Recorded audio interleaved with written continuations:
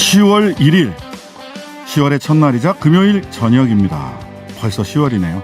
이번 주도 정말 수고 많으셨습니다. 9월 한 달도 수고 많으셨고요. 날마다 새로운 퇴근길 시사 맛집 신장식의 신장기업, 오늘도 문을 활짝 열었습니다. 저는 주인장 신장식입니다.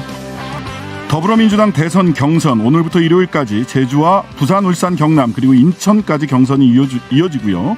2차 슈퍼위크 결과는 일요일 인천에서 함께 공개될 예정입니다. 잠시 후 오프닝이 끝난 직후에 바로 이재명 캠프의 박주민 의원 그리고 이낙연 캠프의 김종민 의원 차례로 연결해서 각 캠프의 최종 전략 들어보도록 하겠습니다. 매주 금요일 김준우, 장윤미 변호사와 함께하는 신장기업 김과장. 이번 주도 대장동 의혹 관련 이름들이 새롭게 많이 등장했는데요. 오늘은 그 인물들의 초점을 맞춰 이야기해 보겠습니다. 이번 주 문화뮤직회에서는 10월 가을을 맞이하는 첫 번째 손님으로 첼리스트 홍진호 씨 초대했습니다. 신장식의 신장기업 단골 손님 여러분들과 함께 꾸며갑니다. 유튜브와 홈페이지 게시판 모두 열려 있고요. 짧은 문자는 50원, 긴 문자는 100원, 샵 0951번으로 보내주십시오. 유튜브에 신장식의 신장기업 검색하시면 라이브 방송 바로 확인하실 수 있습니다. 오늘도 하루 소식들 푸짐하게 준비했습니다. 신장식의 신장기업 밥상 들어갑니다. 더불어민주당 대선 후보를 선출하기 위한 경선, 이번 주말이 최대 고비가 될 전망입니다.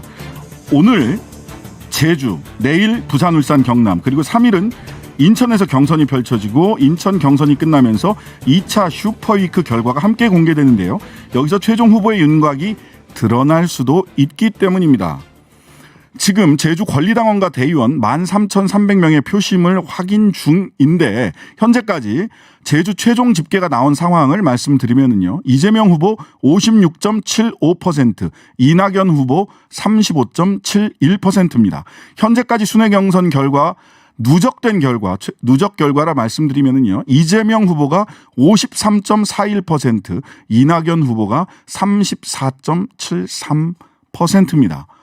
이재명 후보가 50%를 제주에서도 넘었고 누적 결과도 50%를 상회해서 결선 투표가 있을 것인가에 대한 여러 가지 판단을 하게 되는데요. 아마도 내일 모레 결과를 보면 어느 정도 가닥이 잡히지 않을까 싶습니다. 먼저 이재명 캠프 총괄 본부장인 박주민 의원 연결하겠습니다. 안녕하세요. 예, 안녕하십니까. 네네. 원래 6시 반에 연결하려고 했었는데 6시 반부터 국감에 또 질의자로 들어가셔야 된다고 해서 브리핑도 제끼고 먼저 연결을 좀 드렸습니다. 죄송합니다. 네네. 아니 뭐 국회 일정 중이시니까요. 그래도 급한 가운데 이렇게 약속 지켜주셔서 감사합니다. 자, 조금 아까 제주 결과까지 1차 말씀을 드렸는데요.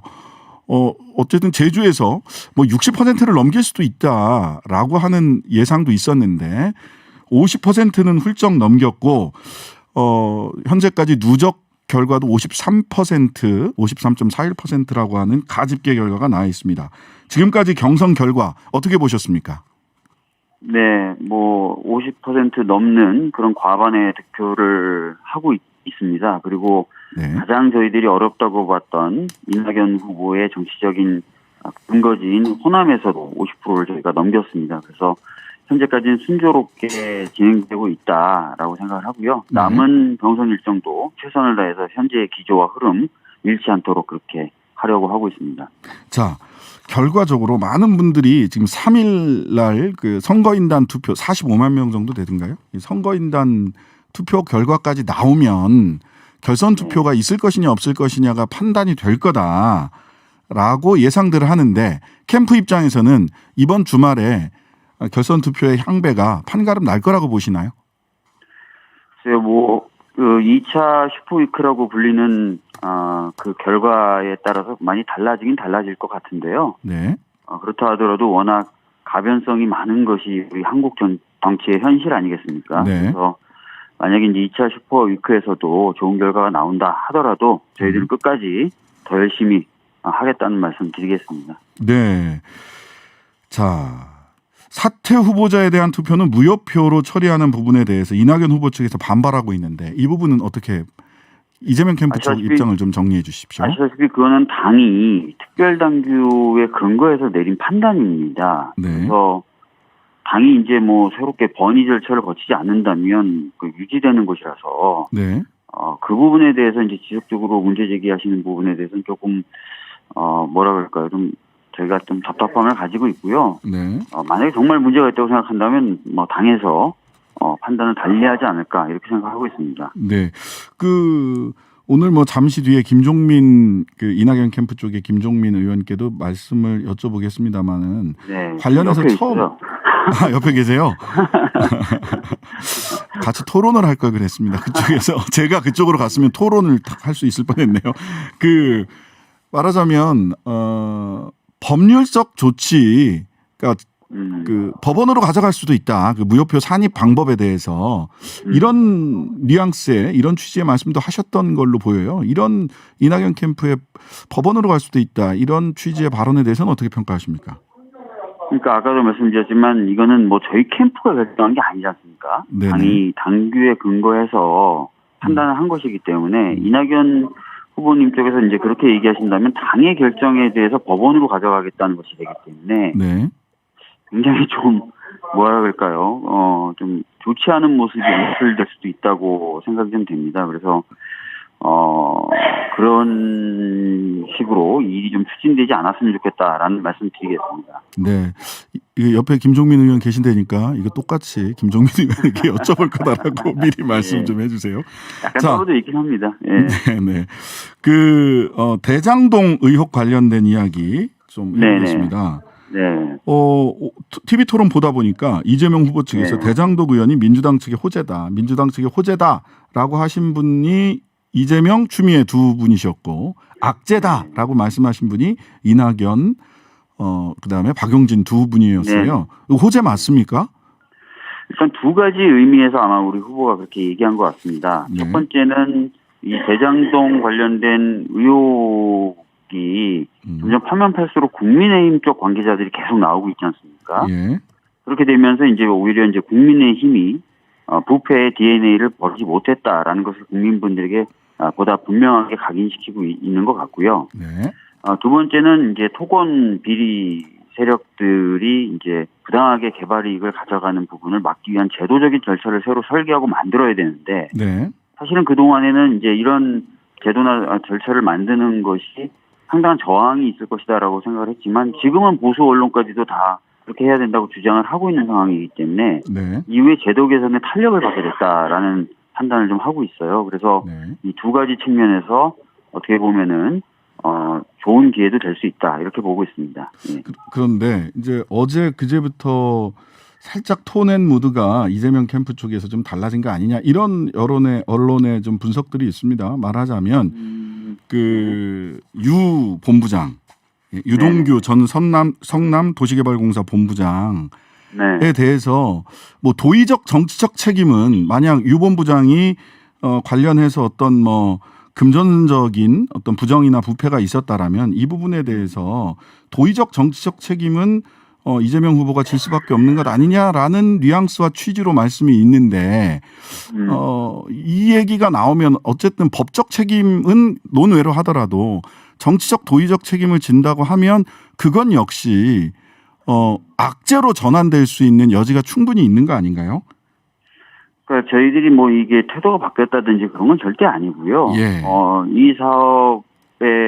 이 사업을 추진하는 과정에서 최대한 민간 이익으로만 돌아가려고 했던 거를 공공 개발 쪽으로 돌리면서 그래도 한 4,600억에서 5,300억에 달하는 돈을 환수한 거 아니겠습니까? 네네. 근데 이제 제도라든지 또는 그 당시 어떤 법이라든지 또는 성남시 의회의 구성이라든지 이런 것들 때문에 이제 다 하지 못했던 부분이 있고 예. 또 그 당시 가지고 있었던 제도라든지 시스템으로 부패 세력을 완벽하게 배제할 수 없었던 부분이 있었다라는 건 저희들이 계속 얘기해왔던 부분입니다. 네. 그래서 이제 그런 어떤 한계에 의해서 어떤 성남시의 일부 공무원들이 부정과 연루됐던 부분이 나온다 그러면 아주 원론적이고 당연하게도 성남 그 당시 시장으로서 그런 부분에 대한 유감 표명을 한다든지 하는 것은 당연한 거기 때문에요. 네. 저희들이 태도가 바뀌었다든지 뭐 이런 건 아니다라는 말씀 드리겠습니다. 네. 그리고 또 하나는 소위 유동규 전 성남 도계공 본부장이 측근이냐 아니냐 이 논란도 있어요. 측근입니까? 뭐 성남시에서도 어떤 산하기관에서 일을 했었고 또 경기도지사 하실 때도 산하기관에서 일을 했다. 네네. 뭐 일을 잘한다는 평판이 있었고 그래서 이제 일할 기회를 줬던 건 맞죠. 그러나 측근이라고 우리가 소위 부르는 그런 관계는 전혀 아니고요. 저와 직원 중에 하나였다. 이렇게 보시면 정확할 것 같습니다. 측근은 아니다. 네. 네. 이거 참 이 누구랑 가깝다 안 가깝다 논란이 계속 많아요. 윤석열 후보와 김만배 기자가 가깝냐 안 가깝냐. 유동규 씨와 이재명 지사가 가깝냐 안 가깝냐. 측근이냐 아니냐. 이거 어떻게 따져봐야 될지 참 저로서도 좀 난감한데요. 네. 자, 이낙연 후보 캠프 측에서는 특검해야 한다는 이야기도 나온다. 이런 얘기도 있습니다. 여전히 합수본이면 충분하다. 특검은 아니다. 이렇게 지금 보시는 건가요? 제가 지금 아까 말씀드렸던 것처럼 김종민 의원님하고 잠깐 같이 있으면서 네네. 질문이 이렇게 들어왔다. 네. 이낙연 후보님 측에서 혹시 특검을 주장하신 바가 있냐라고 여쭤봤어요. 그랬더니 네네. 그런 적 없다라고 하셨고, 네. 그 홍영표 의원님께서 이제 라디오 방송을 출연하시면서 현재 진행되는 수사가 존중돼야 되고 수사가 좀 진행되는 과정에서 혹시나 나중에 부족하거나 문제가 생기면 그때 가서야 특검을 검토해야 된다라고 얘기했던 게 와전된 것이다라고 생각합니다. 네. 그 부분 좀 정리를 그렇게 하면 될 것 같고요. 네네. 합수본에 대해서는 저희가 이낙연 후보 측에서 주장하는 것 전격적으로 다 수용을 했습니다. 당연히 뭐 그렇게 되는 게 맞고요. 그래서 수사에 좀 더 탄력을 받으면서 좀 더 넓고 좀 더 깊게 이렇게 수사를 해야 된다라고 네. 저희들도 생각합니다. 예. 네. 그 이상민 그 선거관리위원장님이 개인 의견을 전제로 해서 특검으로 치고 나가자 이런 말씀을 하신 바가 있는데 뭐 당내에도 그런 자 이렇게 괜히 우물쭈물하는 모습을 우물쭈물하는 것처럼 비치게 될 수도 있으니 특검 치고 나가자 이런 얘기 하시기도 하는데 이 부분은 어떻습니까? 뭐 당내에 그런 생각 가지고 계신 분이 있긴 있는 것 같더라고요. 그러나 있긴 있다. 예, 뭐 다수는 아닌 것 같고요. 어떤 네. 공론이 되거나 네. 지도부 차원에서 논의되거나 한 바는 전혀 없다. 이렇게 보시면 됩니다. 예, 공론으로서 논의된 바는 없다. 이렇게 정리를 하고요. 네. 자, 경선 과정에서 사실 그 의원들끼리도 그 선본끼리도 이런저런 그 갈등의 골이 깊어질 수 있는 얘기들이 있었지만 특히나 지지자들 사이에서 갈등의 골은 상당히 깊어진 거 아니냐라고 하는 우려가 있습니다. 네. 이 경선 이후에 원팀이 가능하겠느냐라고 물어본다면 뭐 가능하다고 할 텐데 그럼 원팀을 이룰 수 있는 방법이 뭐냐 오히려 뭐 두 가지일 것 같습니다. 하나는 네. 경선 과정에서 네. 이재명 지사가 선두를 이루되 좀 격차가 좀 크면은 네. 저는 이제 사후적으로 원팀을 이루는데 유리하다고 봅니다. 예, 오히려 압도적으로 네, 이기는 게 오히려 낫다. 압도적으로 이기면. 예. 예. 두 번째는 이제 현재 이재명 후보를 후보로 만들기 위해서 대통령 본선 후보로 만들기 위해서 이제 돕고 있는 지금의 이제 캠프 멤버들이 좀 더 겸손하고 욕심을 내려놓고 많은 분들이 들어오실 수 있도록 하고 또 당이 중심을 가져가면은 또 된다고 봅니다. 그래서 뭐 전혀 어렵거나 또는 불가능하거나 뭐 이런 문제는 아니다 이렇게 보고 있습니다.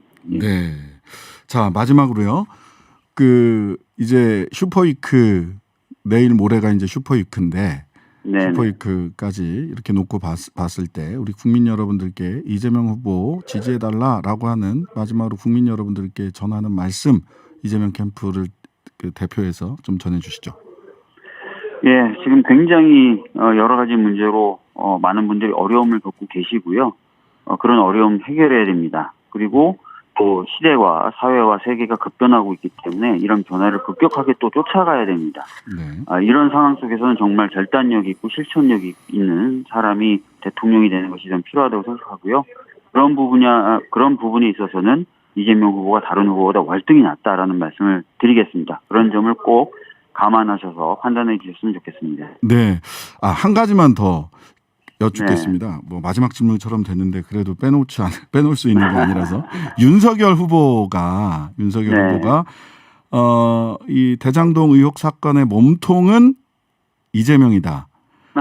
화천대유 주인은 감옥 갈 거다. 그러면은 대통령 되면은 윤석열 후보께서는 이재명 후보를 감옥 보내겠다는 얘기냐라고 어제 윤석열 캠프 대변인한테 여쭤봤더니 비유적 표현이지 감옥 보내겠다는 건 아니다 이렇게 얘기를 하셨어요. 이런 반응에 대해서 어떻게 생각하십니까? 윤석열 후보님은 본인 아버님 집 관련된 의혹이나 빨리 해명하셨으면 좋겠습니다. 네. 낱말할 때가 아니다. 낱말할 때가 아니라 본인 해명을 하셔야죠. 본인이 해명해야 될 때다. 네. 알겠습니다. 저는 그걸 3단 논법 이렇게 되면 3단 논법 아니냐고 여쭤봤더니 비유적 표현을 가지고 논리적 비약하지 마라 이렇게 얘기하시더라고요. 그래서 어떻게 보시나 여쭤봤습니다. 자, 감사합니다. 그 국회 국정감사도 성실하게 잘 임해 주시기를 부탁드리겠습니다. 감사합니다. 예, 감사합니다. 예, 지금까지 박주민 의원, 이재명 캠프 총괄본부장인 박주민 의원과 이야기 나눠봤습니다. 바로 이어서 이낙연 캠프 바로 옆에 계시다고 하셨는데요. 이낙연 캠프의 정치개혁 비전위원장인 김종민 의원님 지금 국감장에 계신데 연결해 보도록 하겠습니다. 안녕하세요. 예, 안녕하세요. 김종민입니다. 네네. 바로 옆에 계셨다고요? 박주민 의원이랑. 예. 국감장 옆에 회의실에 잠깐 나와 있습니다. 네네네. 두 분 같이 모시고 토론을 했으면 좋았을 뻔했는데 국감 중이라서 이렇게 전화로 연결을 하게 됐습니다.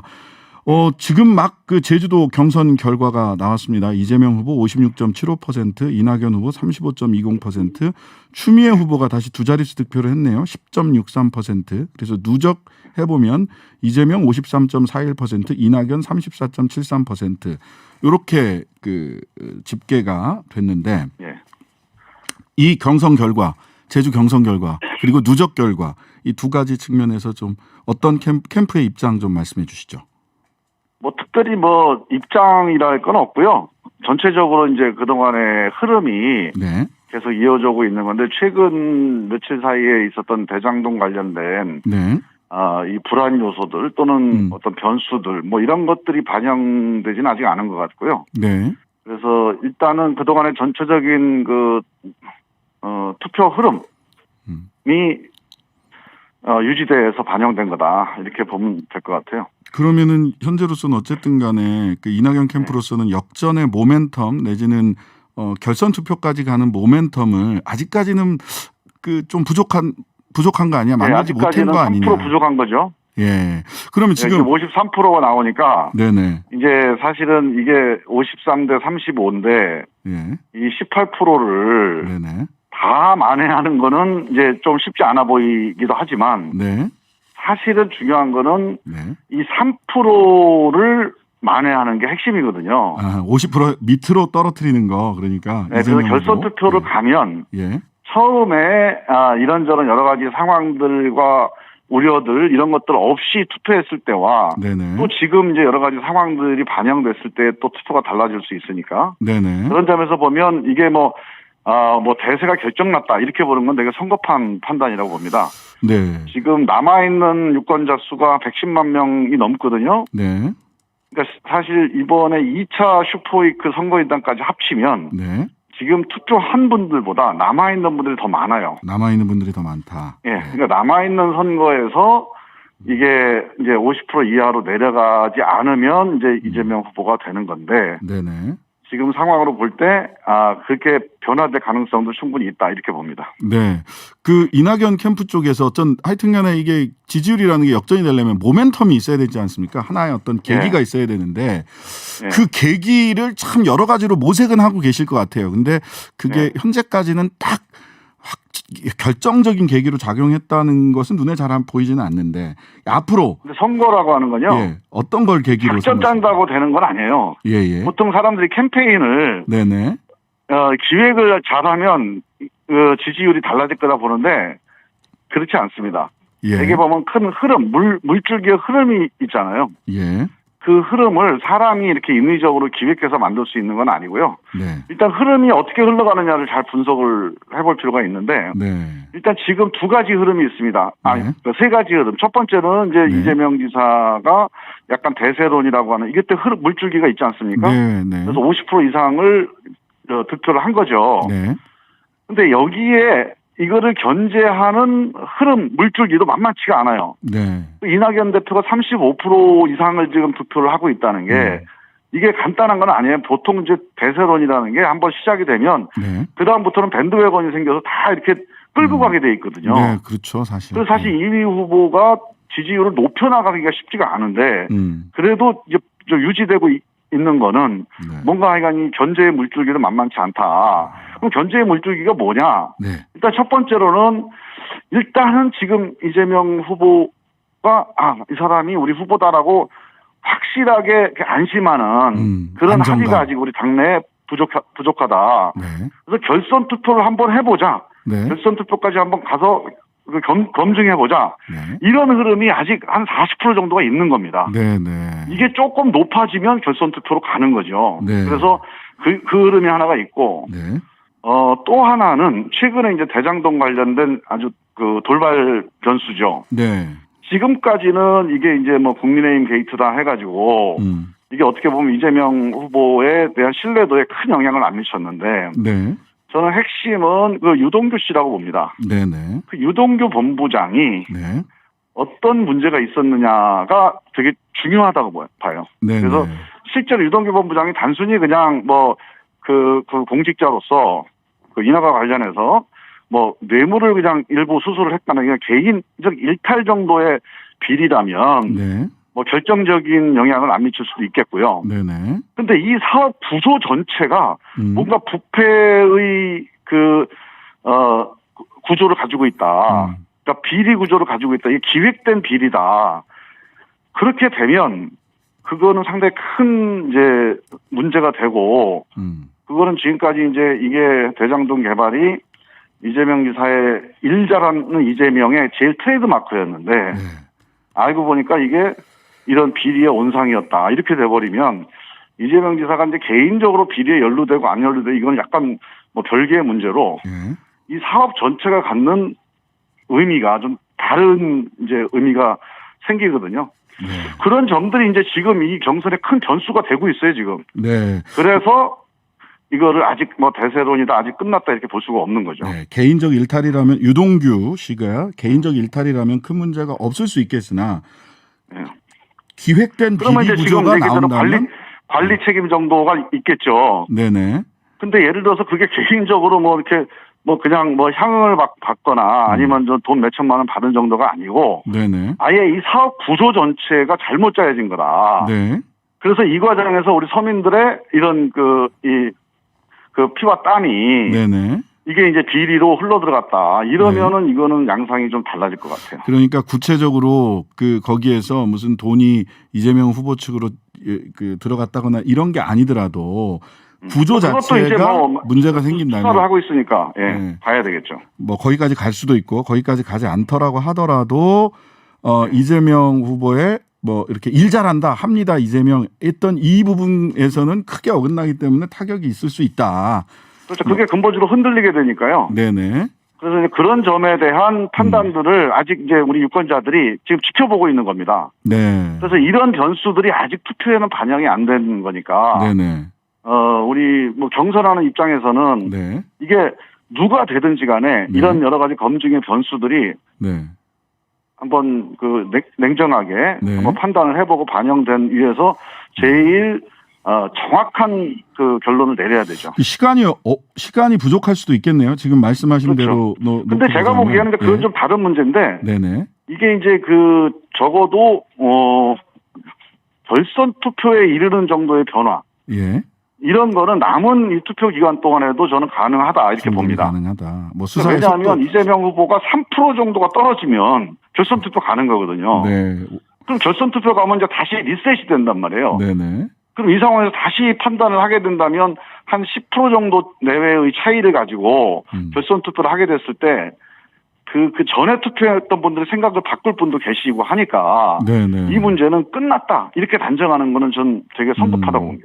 아직 견제의 저류가 네. 그런 세력과 흐름이 있고 이것은 대장동 수사 결과 이 사건의 진행 경과에 따라서 다른 판단이 나올 수 있는 충분한 시간이 존재한다 이렇게 지금 보고 계시는 걸로. 보통 이제 경선을 알겠습니다. 이렇게 예. 지역 순회 경선을 하잖아요. 네네. 그래서 지역 순회 경선을 하게 되면 어느 정도 대세가 결정되면 확 쏠리게 됩니다. 네, 아직 그런 정도는 아니다. 그래 왔어요. 예. 그러니까 지금처럼 50대 30 정도가 계속 유지가 되는 경선은 거의 없었어요. 되게 50대 30이 되면 바로 60대 20으로 바뀌어버려요. 네. 이제 그게 이제 밴드웨건인데. 예. 근데 아직까지는 우리 당원들이나 선거인단이 지금 대세론으로 그냥 중간에 콜드게임으로 결정하기에는. 네. 이건 뭔가, 좀. 아직은 아니다. 불확실하다. 네. 아까 보고 있는 거죠. 아까 박주민 의원한테 여쭤보니까 김종민 의원한테 여쭤봤는데 그거 아니라고 하더라. 이렇게 얘기를 해요. 특검 관련된 얘기. 홍영표 의원의 얘기가 뭐 수사는 지금 빠르게 지금 수사기관에서 수사하고 혹시나 특검이 그게 미진하면 특검이 필요할 수도 있다라는 정도의 얘기가 와전돼서 이낙연 캠프에서 특검해야 한다는 얘기로 이렇게 와전된 것 같다라고 우리 김 의원님께서 말씀을 그렇죠. 그 언론 보도가 이게 이낙연 캠프에서 특검을 하면 이게 새로운 뉴스잖아요. 그렇죠. 새로운 뉴스에 대한 그런 우리 언론의 욕망이 너무 강한 거예요. 와전된 거다. 홍영표 대표의 얘기는 딱 분명한 겁니다. 네네. 지금 수사가 진행되고 있지 않냐. 네. 지금 이 수사를 하는 게 맞다. 네. 특검을 하게 되면 기본적으로 한 달 이상이 걸려서 네. 사실 이 시급한 비리나 의혹을 바로 조사하는데 오히려 안 좋다. 네네. 이렇게 수사를 해봤는데 수사가 좀 미진하다. 수사가 좀 편향돼 있다. 불공정하다. 네. 이런 의구심이 든다면 그 특검법 정신에 따라서 그때 특검을 검토할 수 있는 거 아니냐. 네. 이게 이제 메시지인데 네. 그렇다면 당연히 이거는 특검을 해야 된다라고 하는 메시지보단 네. 지금 현재 수사를 정확하게 좀 엄밀하게 진행해야 된다. 이 메시지죠. 네. 자, 한 가지 더 여쭤보겠습니다. 네. 무효표 어떻게 할 거냐? 네. 무효표 처리 문제를 가지고 이 문제가 있다. 현재 그 당의 선관위 해석은 문제가 있어서 이거 법원으로 가져가서 가처분 신청 등까지 검토하겠다라는 취지로 이낙연 캠프 쪽에서 이야기가 나왔던 걸로 언론에는 보도가 됐습니다. 이 부분 저는 이제 어떻게 하실 생각이신가 해서요. 예. 법원까지 가져가지 말고 예. 그 법원의 해석, 유권 해석에 해당되는 게 우리 민주당의 당무회의입니다. 네. 우리 당원 당규에는 네. 당무회의가 유권 해석을 하게 돼 있어요. 당무회의의 판단을 받아봐야 된다. 이게 기본적인 이게 맞는 길입니다. 네네. 왜냐하면 한번 생각을 해보세요. 지금 이게 송영길 대표나 이상민 선대위원장도 선관위원장도 기본적으로 이건 제도 이 당원 당규가 좀 불리했다. 네네. 문제가 있다. 개정해다. 이렇게 얘기를 하고 있어요. 네네. 근데 생각을 해보십시오. 네. 우리가 누구한테 투표를 했어요. 정세균 후보한테 김두관 후보에 투표를 했습니다. 네. 이 투표에는 두 가지 권리가 행사됐습니다. 하나는 정세균, 김두관 누구를 선택한 이 선택권 이 권리가 반영되어 있는 거죠. 예, 선택한 권리. 또 하나는 민주당 경선에 참여한 이 참여권, 이 참여의 권리가 여기 반영되어 있어요. 네. 이 두 가지 권리 중에서 누구를 선택한 거는 그 후보가 사퇴했으니 그건 어쩔 수 없는 거 아닙니까? 네네. 그러나 우리가 투표에 참여했다는 참여의 권리도 무효가 된다. 그럴 권한은 누구도 없습니다. 그거는. 네. 그건 이미 유효가 된 참여 행위는 유효가 된 거예요, 이미. 네. 그거를 다시 소급해서 무효로 처리한다. 이거는 전 세계 어느 나라도 이렇게 안 합니다. 예. 우리나라의 공직선거법에서 득표율을 계산할 때 우리 선관위에서 국회의원 김종민이 몇 프로 득표했다. 이 득표율 계산하는 방법이 있지 않습니까? 네, 있죠. 이게 우리 헌정 이후에 늘 똑같아요. 네. 그 중간에 있었던 여러 무효표가 다 모수에 포함이 됩니다. 분모에 포함이 돼서 그 전체 참여한 사람 중에 김종민이 몇 프로 얻었냐가 득표율이 되는 거지. 그 중에서 기권한 사람, 무효표를 제외하고 몇 프로 이렇게 계산하는 건 없습니다. 유효표의 몇 퍼센트 이렇게 해야 된다. 그러니까 뭐 이런. 그러니까 참여한 투표에 참여한 사람의 몇 프로 득표가 득표율이에요. 진정한 득표율이고요. 자, 몇 프로에는 무효표도 당연히 포함되어 있는 거죠. 그러면 지금 말씀은 이건 법원까지 갈 문제는 아니고 당무위원회에서 재해석을 해줘야 된다라는 취지로. 재해석이 아니고 아직 유권 해석을 안 받아본 거예요. 당무위원회에서 유권 해석을 해야 된다. 받아봐야 된다. 선관위에서 해석할 문제가 아니다. 네, 당원 당규에는 해석이 엇갈릴 때는 그 최종적인 해석권은 당무회의에 있습니다. 네. 알겠습니다. 자, 경선 과정에서 캠프에 소속돼 있는 의원님들뿐만 아니라 특히나 이제 지지자들 간의 감정의 골이 좀 많이 깊어졌다 이런 얘기가 있습니다. 원팀 경선이 끝난 이후가 더 중요한 것 아니냐라는 이런 의견들 속에서 원팀 이룰 수 있는 방안 어떤 거냐. 혹시 이낙연 캠프에서는 자꾸 이렇게 언론에서 해석을 자꾸 그렇게 해요. 불복의 뉘앙스가 있다 이렇게 얘기를 하는데 어떻습니까? 그거는요. 이낙연 캠프 이낙연 지지자 혹은 이재명 캠프 이재명 지지자 근본적으로 누구든지 간에 정선이 끝나면 같이 가야 돼요. 대한민국 전체로 본다면 선거라는 게 그런 거 아닙니까? 선거 끝났는데 계속 총 들고 전쟁하면 그게 같은 공동체가 아니잖아요.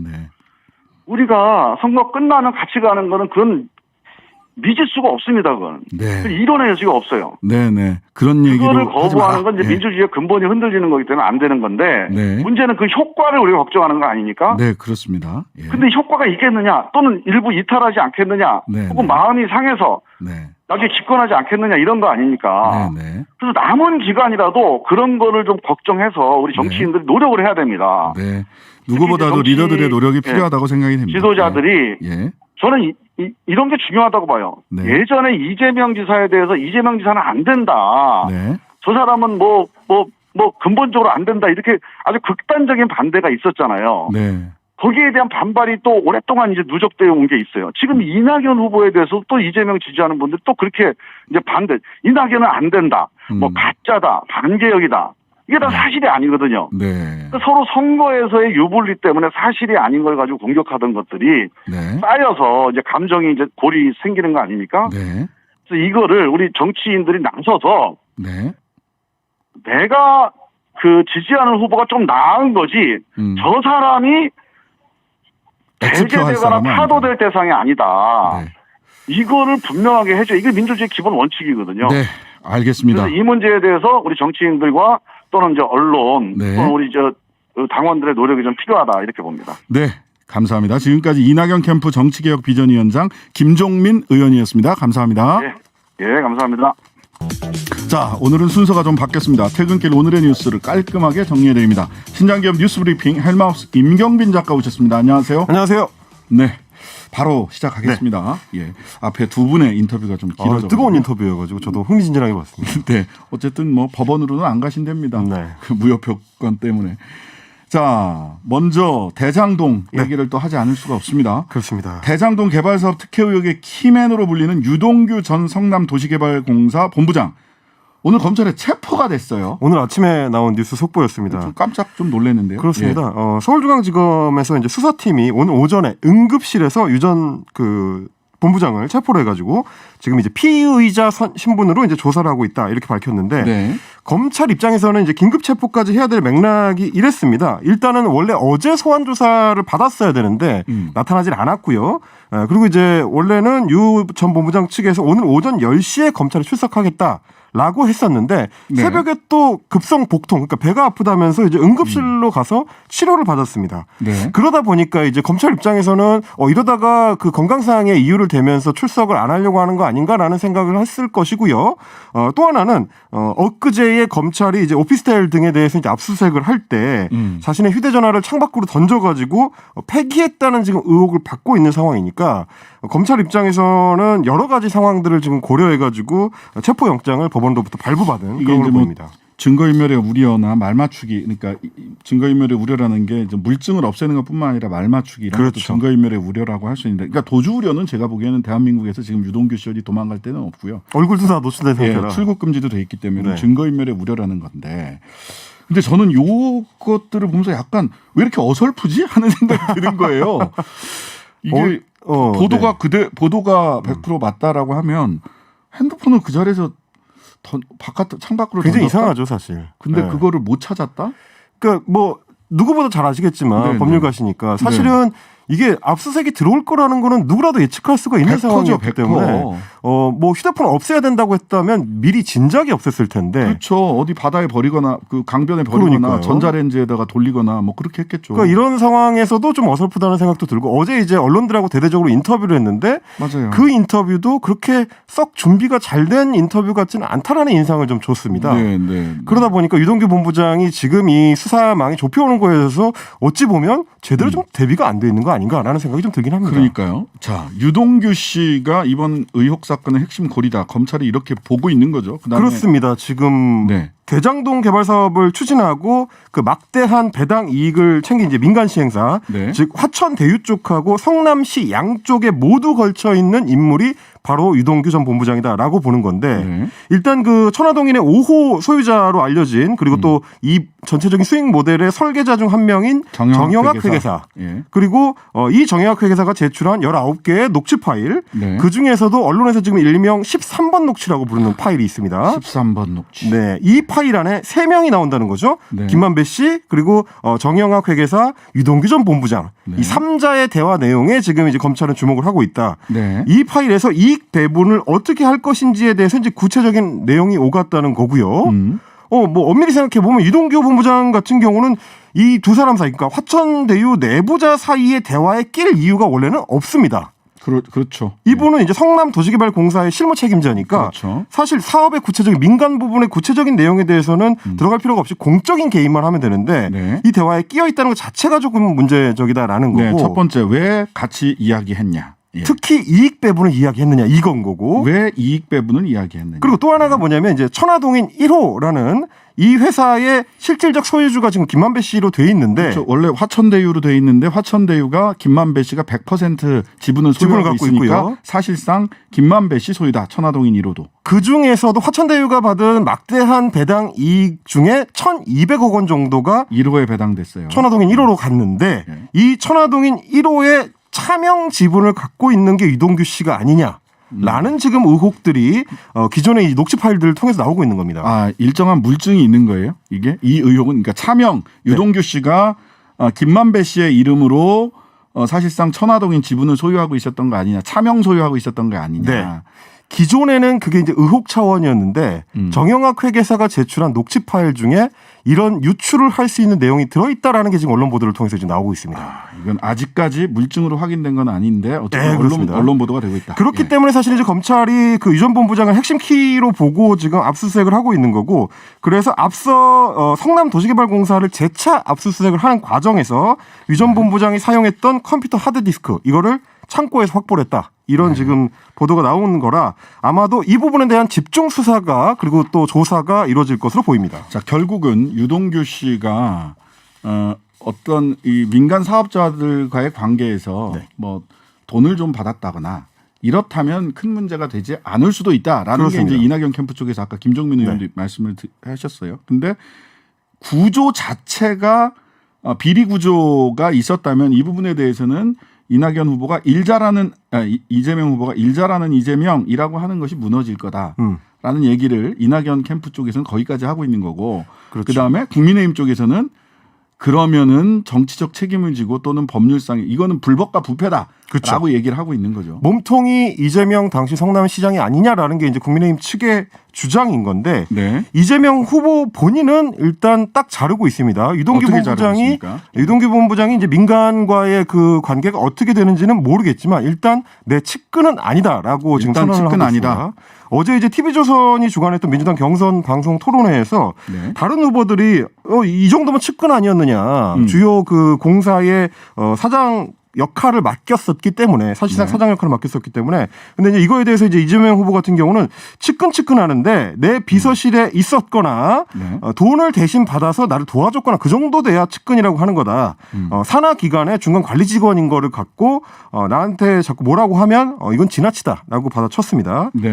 그러면서도 일단 한 발 양보한 것은 뭐냐면 관리를 하던 산하 기관의 직원이고 거기서 문제가 생겼다면 일선 직원이 그렇다고 하더라도 결국은 이제 총책임자인 나의 책임이 있다. 네.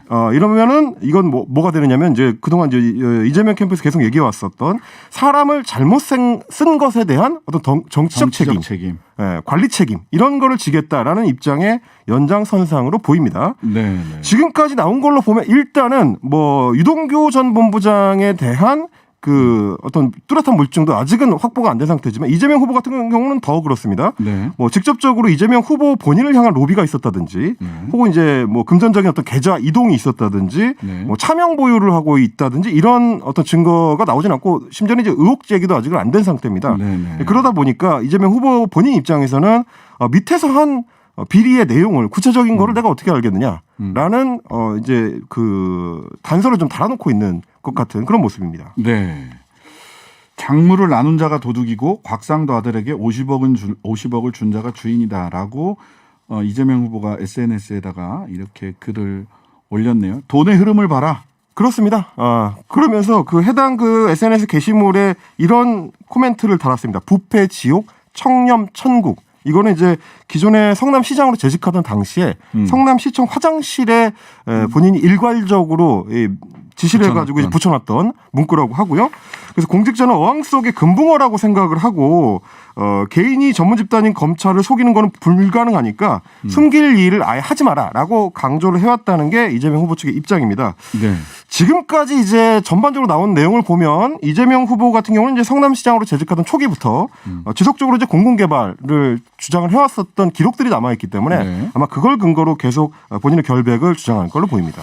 자, 조금 넘어가서 오늘 오전에 권순일 전 대법관과 김만배 화천대유 대표의 만남을 두고 재판 거래 아니냐라는 얘기가 나왔어요. 이게 처음에 딱 들으면 상당히 그러면은 김만배 씨와 이재명 후보가 그렇게 가까웠던 김만배를 시켜서 권순일과 재판 거래를 이재명 끌어낸 거 아니냐?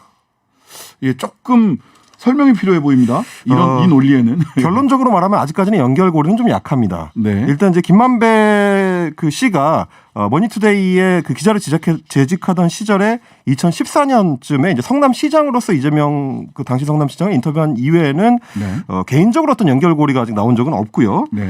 지금 오늘 아침에 언론에서 보도한 내용은 이렇습니다. 김만배 씨가 2019년 7월 16일부터 지난해 8월 21일까지 총 9차례에 걸쳐서 대법원을 방문을 했는데 이때는 이제 법조 기자로 일하고 있던 시절입니다. 이 가운데 8번은 권순일 대법관이라고 썼고 방문지에 기재를 했고요. 나머지 한 번은 대법관실이라고만 이제 적어놨습니다. 어느 대법관실 갔는지는 모른다. 그렇습니다. 그러다 보니까 출입 기록을 살펴보면 김 씨가 적어도 8차례 정도는 권 전 대법관을 만났다라는 해석이 가능한 거고 물론 이제 언론사 법조팀장들이 대법관 만나는 경우는 있지만 있을 수 있죠. 이렇게 특정 시기에 또 집중적으로 한 사람의 대법관을 8번이나 만났다. 이게 굉장히 이례적이기 때문에 언론들 입장에서는 이때 뭔가 오간 것이 아니냐라는 의혹 제기를 하는 거고요.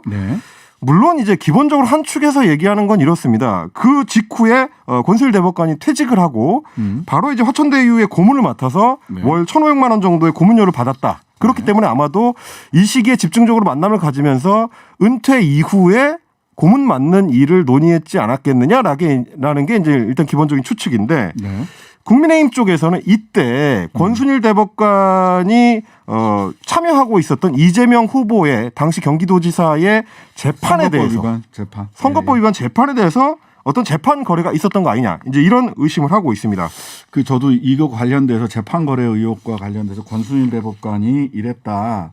뭐 결정적 역할을 했다. 뭐 이랬다 저랬다 얘기를 그 기사를 보고 기본적으로 이제 변호사로서 첫 번째 그런 기사는 말하자면 대법원 평의와 관련된 심리와 관련된 내용은 전부 다 비밀이거든요. 그렇죠. 그래서 그 기사는 대법원에서 확인을 해줄 수가 없어요. 진위 여부를.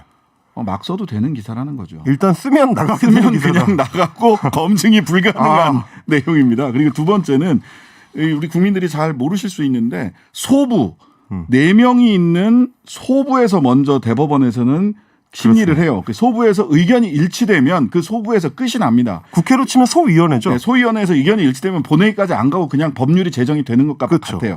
근데 여기서 의견 일치가 안 되면 전원 합의체라고 해서 대법관 전체가 있는 곳으로 가는 겁니다. 그런데 당시 권순일 대법관은 소부의 소속이 아니었어요. 일단 소부에서 유죄와 무죄 찬반이 엇갈렸기 때문에 전원 합의체로 넘어간 거고 전원 합의체에서 권순일 대법관이 무죄 주장을 했다라는 점은 그 무죄 주장의 취지는 판결문에 다 담겨져 있어요. 그렇습니다. 그럼 그 무죄 주장의 취지가 뭔가 법리상의 왜곡이나 사실관계 왜곡이 있는가를 평가하면 되는 것이지. 그렇죠. 저는 그렇게 기사가 나오는 것 자체가 좀 이상하다 이거는. 그리고 이거 잘 모르시는 거 아닌가 하는 대법원에서의 심리 과정은 그렇습니다. 들더라고요. 몇 가지 말씀을 좀 드리자면 그 당시 소부에서 논의를 할 때 참여했었던 분들이 이제 박상욱, 조재현, 노정희, 김상환 대법관 등이 있었고요. 네네. 그리고 애초에 이제 이재명 당시 지사의 그 재판과 관련해 주심을 맡은 거는 권순일 대법관이 아니고 네, 노정희 대법관이 노정희 맡았었습니다. 대법관이었어요. 예. 전원합의체에서는 이제 7대5로 결론이 났기 때문에 권순일 대법관의 결정만으로 이루어졌다고 보기는 조금 어렵고 그리고 이제 저는 이제 정무적으로 판단했을 때는 이런 겁니다.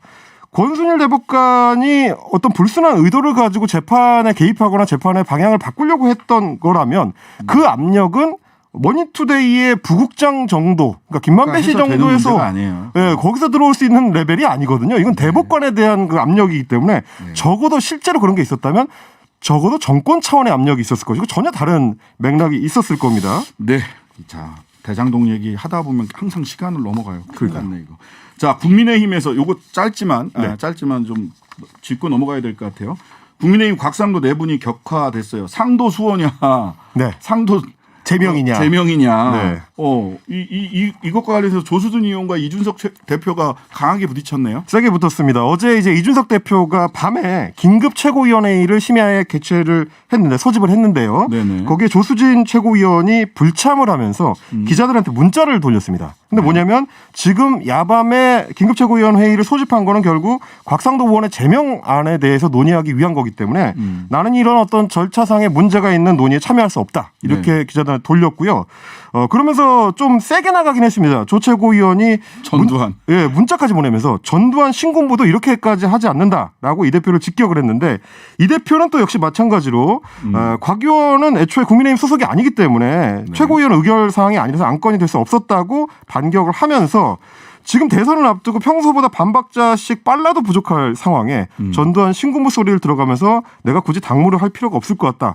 그러면서 이제 당신께서 하고 싶은 대로 하라. 이렇게 격한 발언을 대선 나왔습니다. 주자들은 상도 제명 쪽에 무게를 싣고 있는 것으로 보이고요. 거의 모든 후보가 그렇고요. 윤석열 후보만 캠프 입장만 나오고 본인 입장은 나오지 않았습니다. 네, 지금까지 헬마우스 임경빈 작가였습니다. 감사합니다. 감사합니다. 안녕 조지, 안녕 닷지, CB비즈의 집에 초대해줘서 고마워. 지난 9월 21일 영국 공영방송 BBC의 어린이 채널 새 진행자 조지 웹스터는 이렇게 방송을 시작했습니다. 그는 다운 증후군을 가진 20살 청년입니다. 다운 증후군은 21번 염색체가 정상보다 많이 발현될 경우에 나타나는 질병입니다. 이 병은 신체적 발달의 지연을 일으키며 안면 기형과 지적 장애를 동반한다고 합니다. 다운 증후군을 가진 청소년의 평균 지능 지수는 대략적으로 9살. 영국 공영방송 BBC는 장애에 대한 편견을 없애기 위해 다양한 장애인을 유아 프로그램에 출연시켰습니다. 조지 웹스터를 새 진행자로 발탁한 이유이기도 합니다. 다운 증후군을 가진 사람들은 늘 행복할까? 그건 진실이 아닙니다. 내 눈은 엄마를 닮아서 생기가 넘치지. 저는 저를 다운 증후군 조지가 아니라 그냥 조지라고 부릅니다. 그게 제 자신이니까요. 조지 웹스터의 방송이 오래도록 영국 아이들과 함께 하기를 바랍니다. 그리고 이곳 대한민국에서도 그 누구도 아닌 대한민국의 조지를 방송에서 만날 수 있기를 기원하는 신장식의 오늘입니다. 금요일에 따끈따끈한 법정 신장개혁 김앤장 아니죠 김과장입니다. 김준우 변호사, 장윤미 변호사 어서 오세요. 네, 안녕하세요. 지난주에 사실은 대장동의 돈의 흐름 그리고 대장동 사람의 관계도 이 두 가지를 다 해보려고 했는데 실제로는 돈의 흐름 하다가 끝났어요. 그래서 자금 흐름 따라 가다가 또 요새 보면 또 자금 흐름에 또 다른 흐름들이 또 막 보이고 있어서 맞습니다. 이거 쫓아가기가 굉장히 힘듭니다. 오늘은 어쨌든 핵심 인물들에 대해서 이야기를 해봐야 될 것 같습니다. 조금 아까는 유동규 그 성남 도계공 본부장 이야기를 했는데, 근데 이제 많은 분들이 이제 취재를 하다가 보니까 이 그림 그린 사람은 천화동인 5호 소유주 정영학 아니냐. 네, 그렇습니다. 그다음에 이분이 지금 저기도 낸 거죠. 그 녹취록 19개. 네. 13번 녹취 파일이 중요하다. 이런 얘기까지 조금 아까 헬마우스가 하고 갔는데, 이분 도대체 어떤 분입니까? 사실 직업은 회계사고요. 아무래도 이제 자금을 들여다보는 직업이다 보니까 지금 이 사업에도 깊숙이 관여했다라고 하는데, 지금 언론에 나오는 보도 내용을 보면 이 대장동 개발에 사실상 처음이자 마지막이다. 시작이자 끝이자.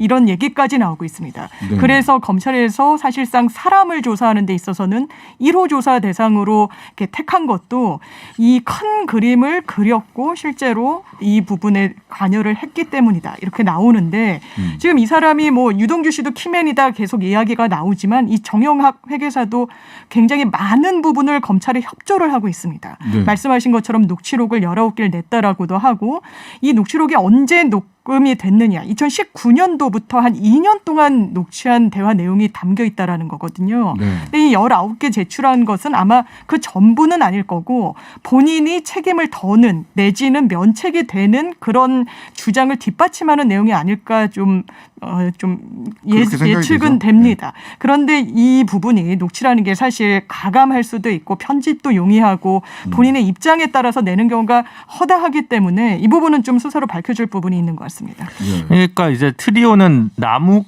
유동규, 김만배 트리오인데 네. 이제 제갈량이 정영학이다 이렇게들 보시는 것 같아요. 네. 그것까지는 제가 잘 모르겠지만 네.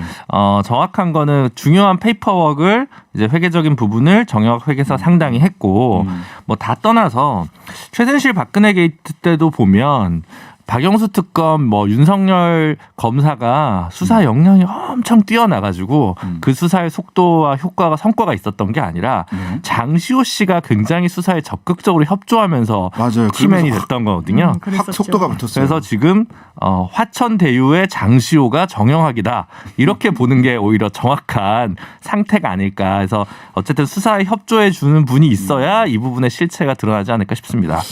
어쨌든 이렇게 녹취록에서 실체가 좀 녹취록을 통해서 어쨌든 실체가 드러날 텐데, 이게 제가 눈여겨본 것은 왜 19개밖에 안 될까와 녹음한 시점이 이분이 이 대장동에서 쭉 관여했던 게 10수년이 넘어요. 쭉 보면 10년이 넘는 기간 동안 대장동과 관련해서 민간개발, 공영개발 왔다 갔다 쭉 해왔는데 2019년부터 녹취를 했어요. 네.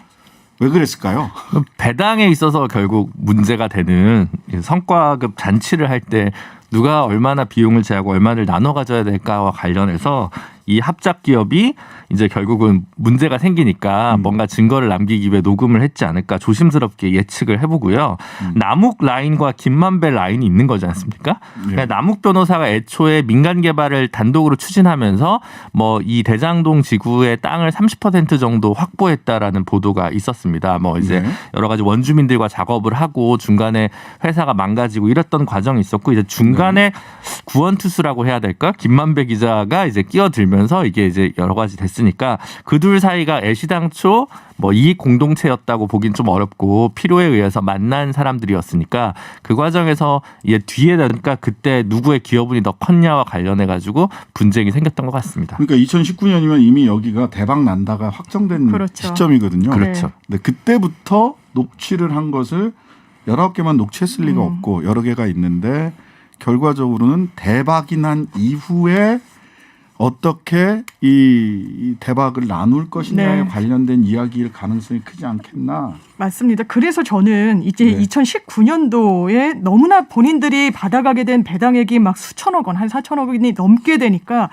이 사람들이 어쨌든 이재명 지사의 주장대로 처음 설계 당시에는 이 정도 이득이 날 거라는 것은 예상을 못했구나. 그러니까 2019년도에 비로소 굉장히 갈등이 수면 위로 떠오르고 서로 녹취를 할 정도로 신뢰관계가 무너지고, 이런 부분은 어쨌든 큰 틀에서는 이 정도 이득이 예정된 수순은 아니었구나. 그리고 말씀하신 것대로 지금 한 2년 정도를 녹음을 했다라는 건데 19개는 사실 실체적 진실에 어느 정도 어느 순간을 담고 있는지는 이 정영학 씨가 낸 것에 좌우되는 겁니다. 그러니까 이 녹취 자체가 굉장한 증거 능력을 갖는다고는 왜냐하면 저희가 소송을 하더라도 요즘은 녹취를 너무나 많이 내죠. 그래서 재판부도 그 부분을 굉장히 무게감 있는 증거로는 받아들이지 않는 경우가 다수 있는데 이 건도 이 맥락 그리고 담긴 대화 내용 이런 담긴 부분과 관련해서 자금 흐름이 일치하는지 객관적인 증빙이 추가로 나와야지 더 의미 있는 증거로 작용할 것 같습니다. 네. 일단은 근데 나온 거를 중심으로 해서 언론 보도나 수사, 검찰 수사는 일단은 그쪽으로 가지 않을까. 그렇죠. 그리고 정영학 회계사 입장에서는 당연히 본인한테 유리한 것만 냈겠죠. 그건 당연한 거죠. 네, 그걸 뭐라고 할 수는 없어요. 정영학 씨 입장에서는 네. 사실을 다 파악하고자 하는 입장에서는 이 코끼리 다리 만지기처럼 될 수도 있지만 뭔가 비는데 뭔가 비어요.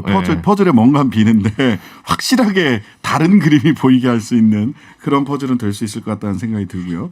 자, 정영학 씨 이름 나온 김에 이 사건 핵심 인물들을 한번 정리를 해보죠. 아까 누구요? 3인방? 남욱, 유동규, 김만배. 이 누구죠? 이성문 대표는 뭐 그렇게까지 큰 인물인지는 잘 모르겠습니다. 아직까지. 예. 그러면은 이성문 씨도 있고 이성문 씨까지를 포함을 해서 아직까지 그렇게 큰 인물인지 모르겠다 말씀하셨는데 남욱, 김만배, 그다음에 유동규 본부장 얘기는 앞에서 제가 좀 한 바가 있으니까 남욱과 김만배 각각 어떤 역할을 했는지 좀 우리 장 변호사님 네, 말씀해 주시죠. 사실 남욱 변호사는 본인의 어떤 대학 인맥과 뭐 이런 기타 등등의 인맥을 활용해서 이 인적 자원을 다 세팅을 했던 사람으로 보입니다. 네. 이 대장동 개발에 처음 관여한 게 아니라 그 이전의 위례 사업에도 본인뿐만 아니라 이제 부인이 되는 전 지상파 기자의 명의로도 뭔가 보유를 하고 있었고 그래서 계속해서 이런 시행 사업에 뛰어들다가 사실 대장동 사업에서 이른바 잭팟을 터뜨린 이런 변호사라고 보면 되고요. 이 김만배 씨 같은 경우는 화천대유의 대주주죠. 실제로 본인 소유라고 보여지는데 지금 이 화천대유라는 곳에 분명히 김만배의 지분만 있었을 것인가라는 부분이 지금 계속해서 물음표로 제기되고 있는 부분이고 사실상 경제지의 법조팀장으로 굉장히 오랫동안 이 법조를 출입하면서 쌓은 인맥으로 이 화천대유라는 굉장히 직원도 한 20명 안팎의 회사에 한 30명 정도의 정관을 그냥 똘똘 감싸듯이 철옹성을 쌓은 그래서 그 배경과 이유에 궁금증이 나아지는 그런 사람입니다. 네. 실제로 이제 남욱 변호사 같은 경우는 이제 사법연수원을 나오고 나서 처음에 초기 경력에는 이제 한나라당 청년위원회 부위원장 경력이 있고요. 그 다음부터 시행사, 그러니까 변호사 한 2, 3년 차부터는 본격적으로 계속 시행사업에 뛰어들었다는 것이고요. 사실 이 대장지구가 민간개발 추진할 때 저축은행으로부터 상당히 돈을 많이, 그러니까 별도의 회사를 설립해서 부산저축은행 등 한 10개 넘는 저축은행부터 1,700억 정도를 그래서 이제 받았더라고요. 이자로도 뭐 100억 넘게 내고 뭐 이제 굉장히 큰 리스크를 감당하면서 이 사업을 끌고 오다가 어떻게든 이제 마지막에 민관 합동 개발이라는 형식으로 해서 겨우 이제 살아난 거죠. 그러니까 나름대로 처음부터 사실 이 남욱 변호사가 뭔가 어떤 뭐 민관 개발 이런 프로젝트를 계획을 가지고 했다기보다는 대장지구 개발에 있어서 초기에 들어갔던 그 뭐랄까 플레이어 중에 한 명이라고 할 수 있고요.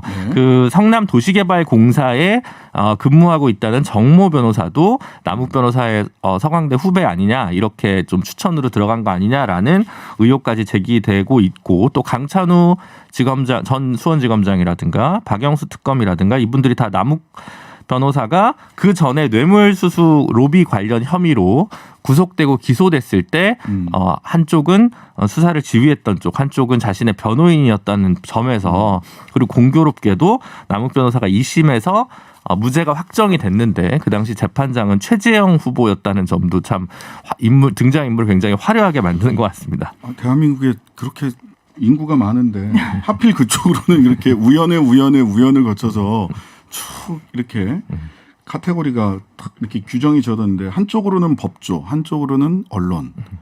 이런 쪽들이 있고 그다음에 항맥으로 연결되면서 무슨 네. 성균관 스캔들이다. 이런 김만배 기자가 이제 그 머니투데이 기자 출신이신 분인데 이분이 이제 성균관대를 나왔고 이분과 관련된 분들이 이제 중간에 들어온 것 같아요. 이 프로젝트를 하게 되면서 하나은행 컨소시엄 화천대유 프로젝트를 하게 되면서 이제 본인이 알고 있는 성균관대 중심으로 해서 이러저러한 선후배들 변호사들을 좀 이 프로젝트에 뭔가 관여시키고 그 다음에 이제 본인이 법조 출입을 굉장히 오래 하면서 알게 된 전직 고관 대작들을 자문으로 좀 자문이나 고문역으로 모신 게 아닌가 싶습니다.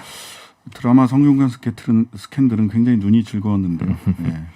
이 성균관 스캔들은 굉장히 듣기가 괴로운 너무 복잡하고 이런 게 있습니다. 자, 이 부분이 키일 것 같아요. 자, 그럼 이런 복잡한 관계 속에서 유동규 아까도 뭐 유동규가 중간에 키맨이다. 유동규 전 본부장이 그리고 그쪽에 이제 언론에 보도된 걸 보면 10억 정도가 뭐 공무원들이나 공사로 넘어갔을 수 있다라는 얘기가 녹취에 나온다. 네. 그럼 이게 공무원들한테 넘어갔으면 공무원들은 어떤 범죄를 저지른 게 되는 거죠? 사실 뇌물죄는 신분범이죠. 신분범죄고 공무원이 뭔가 대가성을 갖고 어떤 금품을 수수하면은 뇌물죄임에는 좀 분명한데 지금 10억이 실제로 성남도시개발공사로 흘러 들어갔는지 그 부분에 대해서는 아직 입증된 바는 없고 더 나아가서 지금 계속해서 이재명 지사를 공격하는 게 야권의 어떤 핵심 쟁점인데 아마 그 워딩 때문에 그런 것 같습니다. 내가 이 대장동 개발을 설계했다. 그렇죠. 내가 바로 그 당사자다.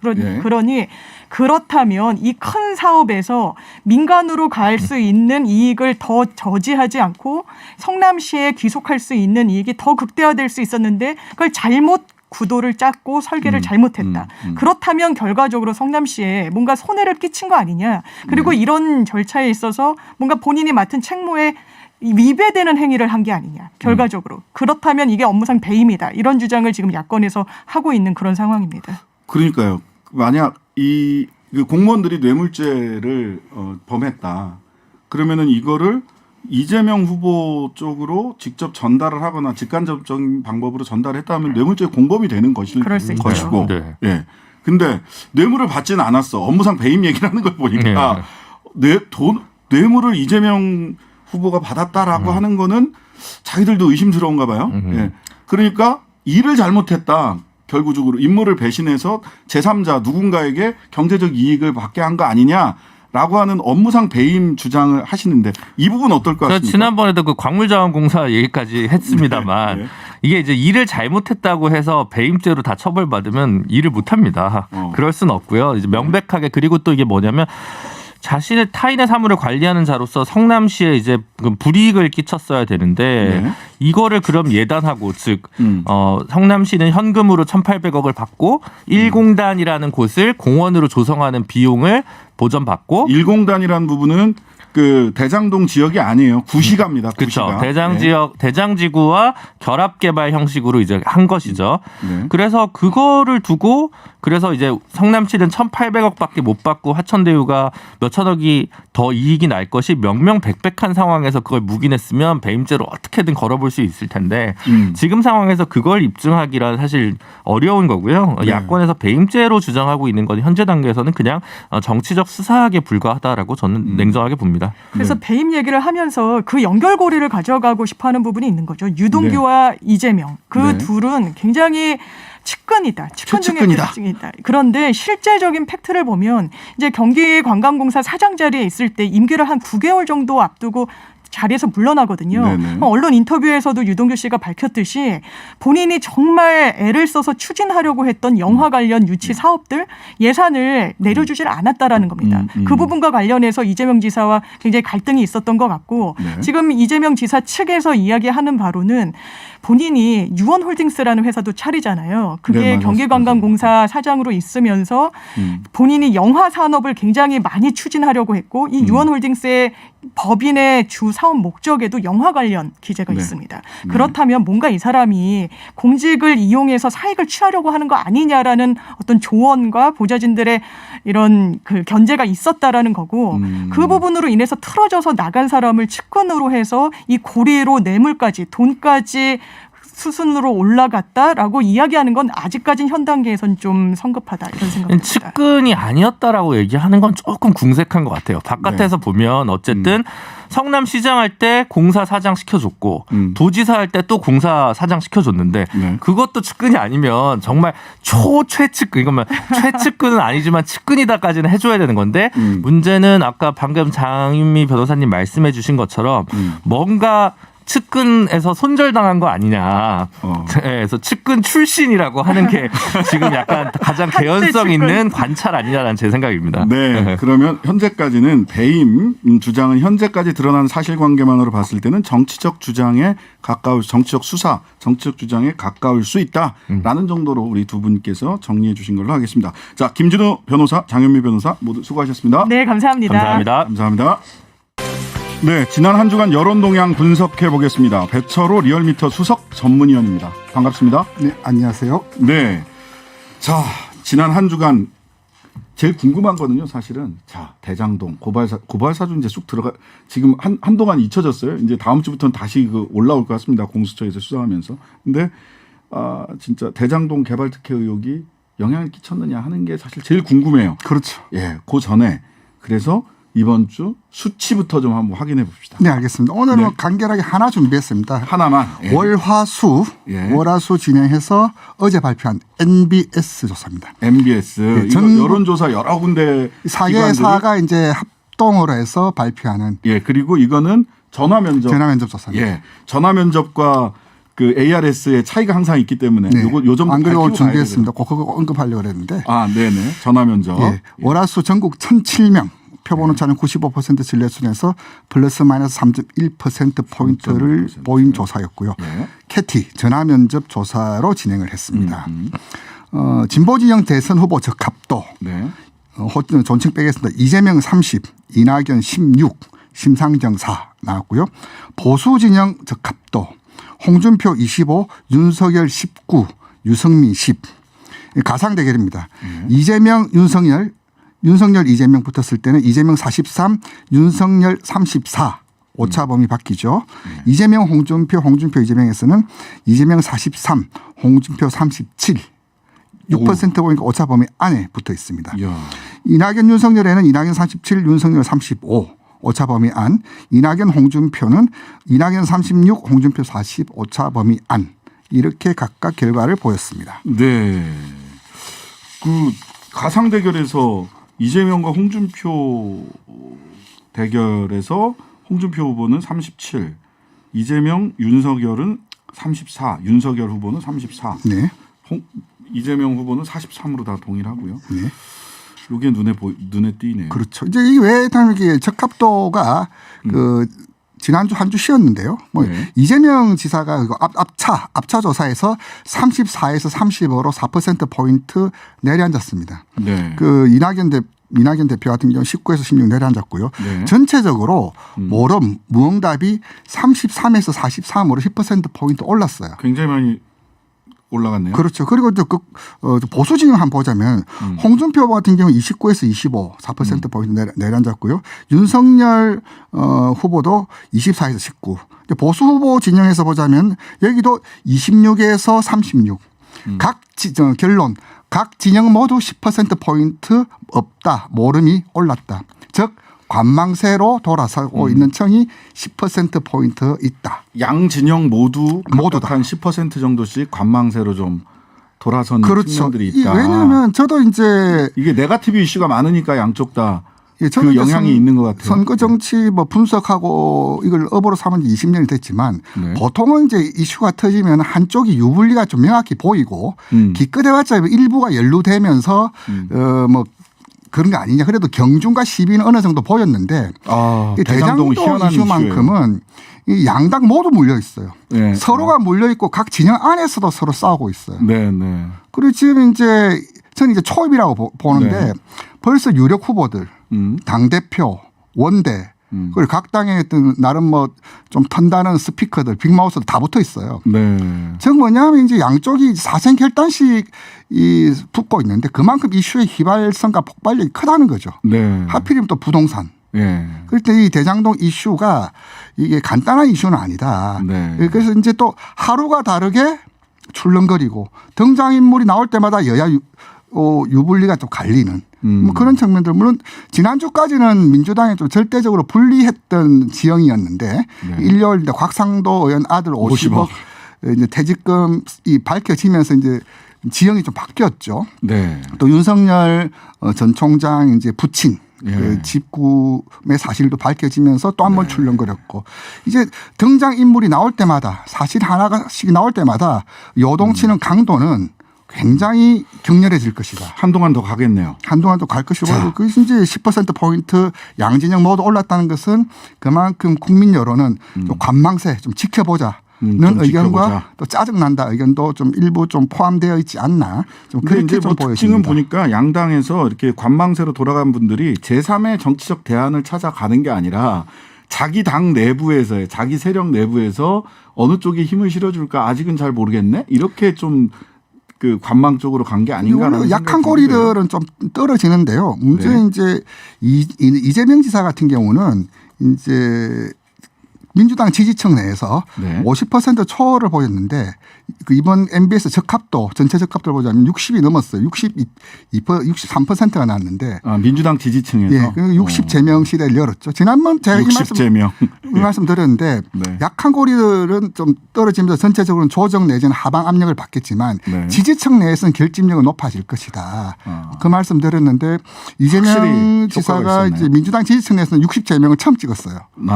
그만큼 이제 전체적으로는 아까 4%포인트 떨어졌지만 민주당 지지층 내에서는 결집 현상으로 올라갔다. 그러면 이재명 후보는 중도층에서는 대장동 이슈의 영향으로 한 4%에서 4% 정도 관망층으로 돌아가는 측면이 있지만 민주당 지지층에서는 60제명 지지층에서는 60% 지지도를 하면서 결집력을 높였다. 여기서 이제 밀리고 꺾이면은 네. 대안부재죠. 그러니까 아직까지는 사실과 의혹이 이제 먼지처럼 쌓이면서 뿌옇게 있지만 이제 하나씩 둘씩 이제 밝혀지면서 정리가 되겠지만 지금 상황에서는 어쨌든 각 후보 모두 우리 후보는 지켜야 되지 않냐. 뭐 그런 것들이 결집을 부른 요인으로 보여집니다. 자, 그러면은 이런 결과들을 봤을 때 내일 모레 이제 제2차 슈퍼위크 결과가 나올 텐데요. 네. 이미 지금 투표는 대부분 많이 진행이 됐고 어떻게 전망할 수 있을까요? 오늘 제주가 좀 힌트를 좀 주지 않나라고 보는데요. 네네. 오늘 제주에서 이재명 지사가 56.7%를 보였어요. 맞아요. 항상 전국 조사를 보자면 충북하고 제주는 전국하고 흐름이 거의 비슷한 그 양상을 보이는데 축소판이죠. 어쨌든 이재명 지사가 56.7. 그 앞에 결과에서 밀리지 않았을 뿐더러 오히려 더 상승. 조금 올라갔죠. 좀 보였다. 밀리지 않았다. 이렇게 예. 보여지고 2차 슈퍼위크가 이제 주말에 발표될 텐데 실제로 여기서는 지난번에 제가 뭐 뒤집기냐 굳히기냐 호남 경선을 보는 포인트다라고 했는데 여기서 이제 쐐기를 박느냐. 박느냐 마느냐. 아직 그런 좀 적절히 유지하느냐. 예. 이게 관전 포인트 아니냐고 보여집니다. 자, 국민의힘 관심사는 10월 8일인데요. 누가 4등이냐. 네. 누가 4등이냐. 바둑의 아주 치열한 접전을 눈 터지는 개가라는 표현이 있습니다. 네. 지금 국민의힘 보면 아마 4등 싸움을 소수점 싸움이라고 지금 다들 보고 있어요. 1, 2, 3위는 대강 뭐 네, 누구 나왔는데 4등을 두고 치열하게 붙고 있는데 황교안, 원희룡, 하태경까지 해서 네.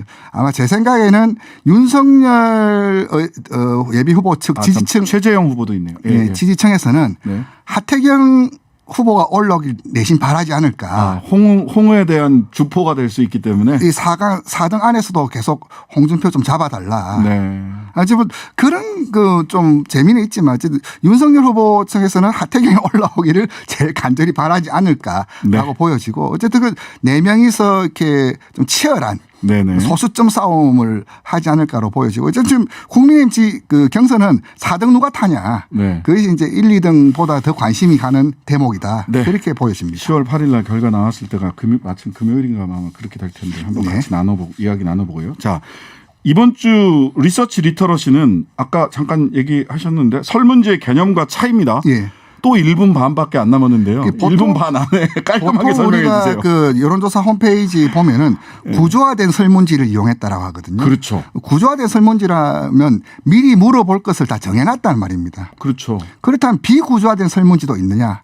그러네요. 있습니다. 궁금하네. 보통 우리 구조화된 설문지는 정량조사 몇 프로 몇 대 몇 얼마나 네, 이런 걸 볼 네, 때는 네. 구조화된 설문지를 이해하고 why 왜 그러니까 흔히 정성조사라 그럽니다. 네, 네. 정성조사에서는 짜여놓지 않고 전문가들하고 이야기할 때는 전문가들 생각 가는 대로 비구조화된 설문지가 있고요. 그러니까 뭐 포커스 그룹 인터뷰 뭐 이런 그렇죠. 건가요? FGI나 인덱스 인터뷰 같은 경우는 뎁스 그렇고요. 인터뷰. 네. 또 하나가 이제 설문지 받을 건 주관식이냐 객관식이냐. 네네. 한국갤럽 같은 경우는 그 주관식으로 묻거든요. 차기 정치 지도자. 그렇죠. 뭐. 주관식으로 묻는 이유는 유권자가 주목하는 인물은 누구나 언급할 수 있기 때문에 네. 주관식으로 묻는다. 객관식에 또 단점이 있죠. 왜냐하면 어떻게 범주를 정하냐. 맞아요. 몇 개를 정하냐. 네. 누구를 올리냐. 내 이름 빼라 넣어라 뭐 이런. 그렇죠. 그리고 또 하나가 뭐냐면은 그 개념적으로 뭐 적합도 아까 방금 우리 진행자 말씀하셨던 한국갤럽 같은 경우는 차기 정치 지도자 선호도 네. 적합도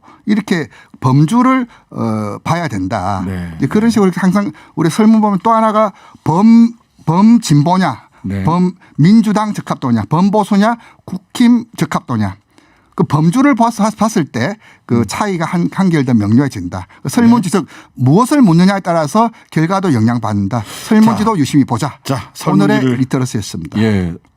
설문 내용에 따라서 어떻게 결과가 달라지는지 한번 예를 들어서 다음에는 한번 설명해 주시면 더 이해가 쉬울 것 같습니다. 다음에는 for example 예를 가지고 오겠습니다. 네, 감사합니다. 지금까지 배철호 리얼미터 수석 전문위원이었습니다. 네, 감사합니다. 네, 한 주일 바쁘게 보내셨죠? 매주 금요일엔 우리 단골 손님들에게 감성 한 그릇 가득 채워 보내드립니다. 문화 미식회. 자, 더위가 언제쯤 갈까 하고 생각했는데요. 오늘이 벌써 10월 1일입니다. 가을입니다. 이번 주는요, 그래서 가을에 어울리는 포근한 악기와 따뜻한 손님 모셨습니다. 첼리스트 홍진호 씨, 안녕하세요. 안녕하세요. 네, 안녕하세요.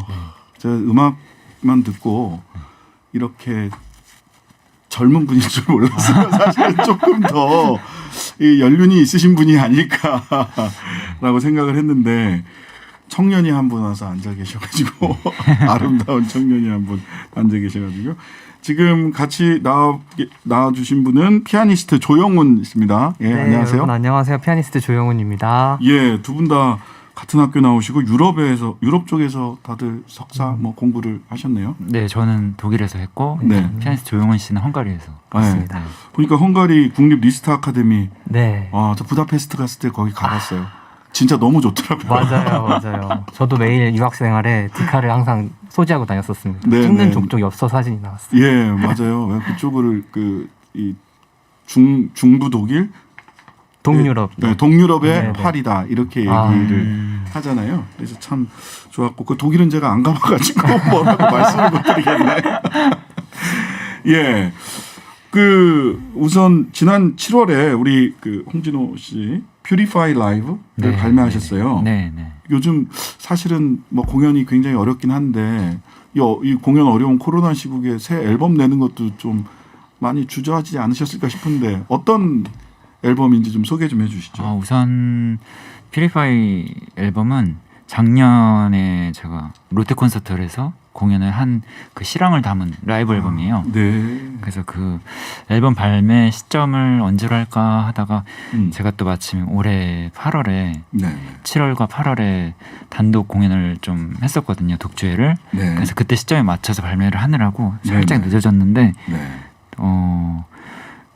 퓨리파이라는 제목을 정한 이유는 그때 좀 이렇게 저희가 코로나로 좀 특히나 막 힘들기 시작했던 시점이라 맞아요. 뭔가 음악으로 좀 사람들에게 위로를 주고 싶어서 그런 제목을 정했고 또 그런 곡들을 좀 담아봤습니다. 실은 홍진호 씨는 대중들에게 뭐 클래식 연주자이시긴 했지만 뭐 지금은 꼭 클래식인가 뭐 약간 뭐라고 해야 되나 퓨전이라고 해야 되나. 근데 이제 널리 우리 대중들이 알아보기 시작한 건 슈퍼밴드.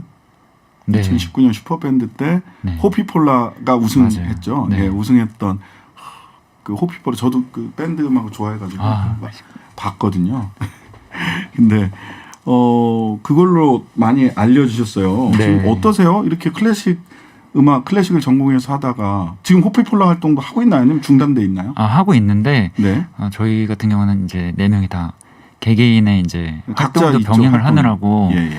네, 잘 그걸 조절을 해서 서로 조율을 하고 있습니다. 네. 지금은 어떻게 불러드려야 돼요? 무슨 아티스트 내지는 무슨 플레이리스트 그냥 첼리스트? 네. 클래식이나 뭐 이런 거를 뭐 퓨전이다 뭐다 이렇게 앞에 네. 긴 수식하지 말고 그냥 첼리스트. 그냥 첼리스트. 네. 그렇죠. 그렇게 막 카테고리를 막 나누는 게 그저 저는 뭐 좋은 일은 아니다라는 생각을 하거든요. 예. 지금 유튜브로 안묵지, 강미정, 아이리스, 영케이, 저스틴, 섬소녀님 등 많은 분들이 두 아티스트 반갑다고 인사하고 계십니다. 너무 좋아요. 하트. 저희가 시사 프로라 하트는 많이 안 오는데 지금 막 굉장히 하트가 많이 오고 있습니다. 자, 먼저 한 곡 듣고 네. 이야기를 좀 나눠볼까 합니다. 자리로 가시고요. 첫 번째 곡은 정말 가을에 잘 어울리는 곡이고요. 저도 정말 너무 좋아합니다. 김동률의 잔향이라는 곡인데요. 여기서 잔향은 향기 할 때 쓰는 향, 남아있는 향기라는 뜻의 향도 되고요. 잔향, 음향할 때 향, 즉 남아있는 소리라고 하는 뜻으로도 중의적으로 읽히는 곡입니다. 자, 두 분의 연주, 조영훈 피아니스트 그리고 홍진호 첼리스트의 연주, 김동률 곡 잔향입니다.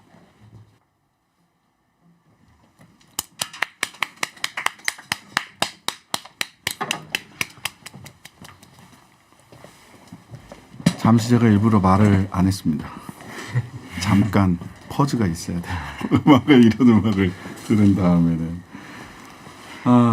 저는 제가 워낙 좋아하는 곡을 선곡을 해주셔가지고 지금 문자 채팅창에 온통 하트와 눈물 카푸치노님 첼로로 듣는 잔향 유유유유 민호 연주가 너무 감동적이에요. 감사합니다. 하엘튜브 이 저녁 시간에 웬 호강인가요? 안묵진님 홍진호님 연주 포즈가 너무 아름다워요. 감사합니다. 6878님 깊어지는 가을밤 노을빛이 아름답더니 이렇게 예쁜 곡 들으려고 그랬나 봐요. 멋집니다. 유튜브에서도 마음을 울리네요. 이 주먹, 엄지척, 굉장히 많으십니다. 자, 저는 워낙 좋아하는 곡이라 그런데 특별히 10월 1일 오늘 출연하시면서 잔향을 선곡한 이유는 뭔가요? 10월 1일이고 네.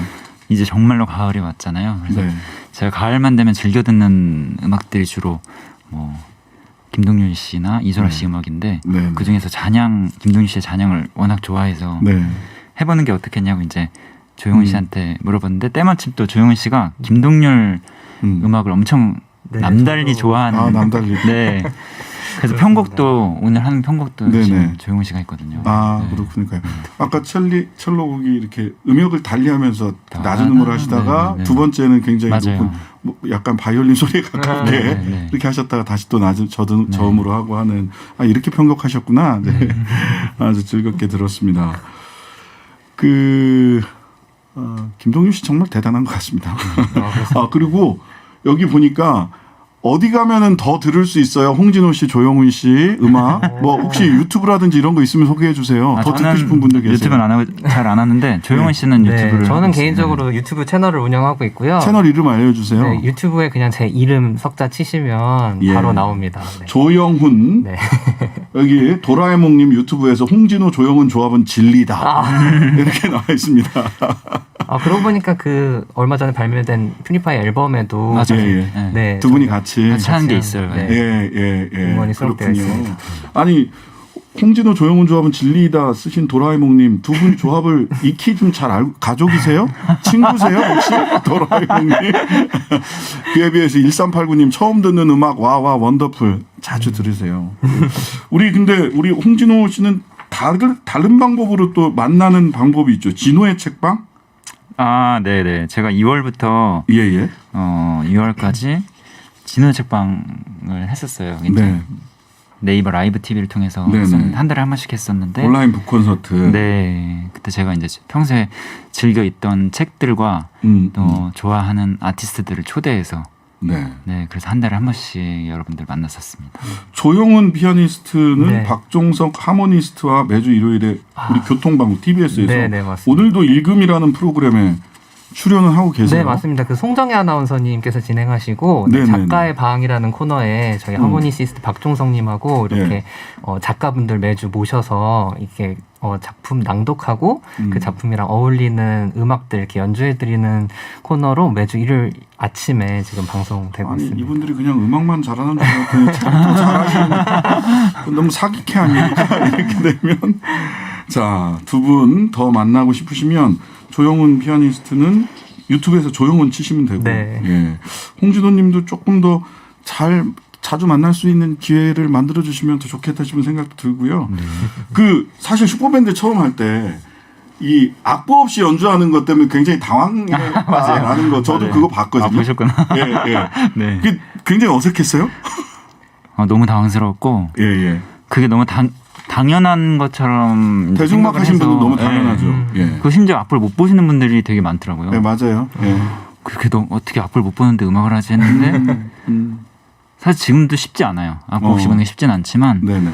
또 제가 되게 신선한 경험들을 하는 것은 악보 없이만 이렇게 맞춰봤을 때 제가 생각지도 못한 아이디어들이 막 나올 때가 있긴 하더라고요. 즉흥성. 네. 네. 아직은 서툴지만 그래서 예. 그런 점에서는 제가 좀 많이 배우고 있습니다. 자, 음악을 한 곡 더 들어보고 이것도 제가 좋아하는 거라서 작은 소품인데 네. 예, 첼로의 매력을 느끼기 아주 좋은 곡이죠. 저는 오히려 이 바이올린으로 연주하는 걸 많이 들었었는데 네. 예, 예. 첼로와 피아노로 연주 라이브 저는 정말 귀호강을 하고 있습니다. 여러분들도 함께 느껴주셨으면 좋겠고요. 차이코프스키의 센티멘탈 왈츠를 같이 한번 들어보는 시간 갖겠습니다. 첼로가요, 사람의 음성과 가장 비슷한 음역대를 가지고 있다라고들 흔히 이야기를 해요. 그래서 가을에 더 잘 어울리는 것 같습니다. 대화하는 듯 첼로와 한번 대화하는 시간 여러분 함께 느껴보시죠. 예.